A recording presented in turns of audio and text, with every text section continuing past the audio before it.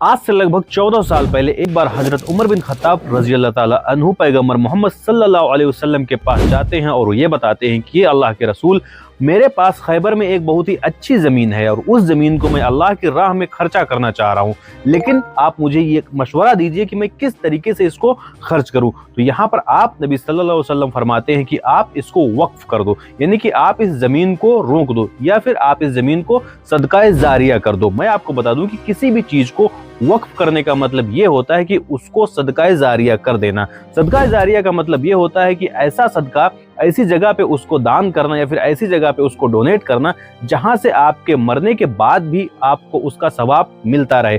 For example, अगर आप अपनी जमीन को किसी कुएं के लिए वक्फ कर देते हैं तो इस केस में जब आप मर जाएंगे, आपके मरने के बाद भी उस कुएं से लोग जब तक के पानी पीते रहेंगे तब तक के उसका सवाब आपको मिलता रहेगा। तो ये होता है सदका जारिया। इन सारी चीजों के बाद बात यहीं पे रुक जाती है, लेकिन इस्लाम धीरे धीरे पूरी दुनिया में फैलता रहता है। फिर फाइनली साल आता है सन 1192।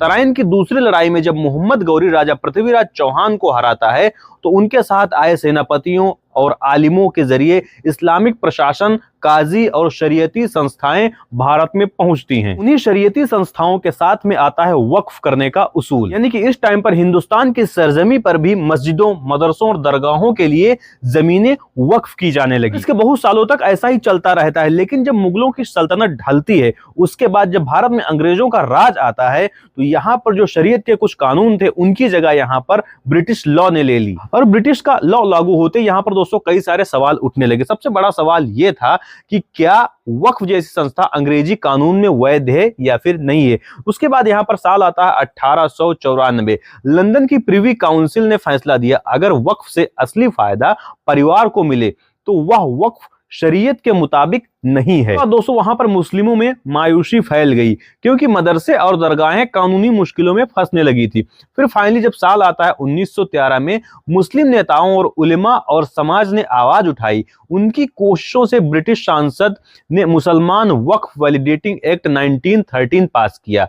अब वक्फ को कानूनी मंजूरी मिल गई थी। अल्लाह के नाम पर की गई संपत्ति को फिर से हमेशा के लिए वैध माना गया।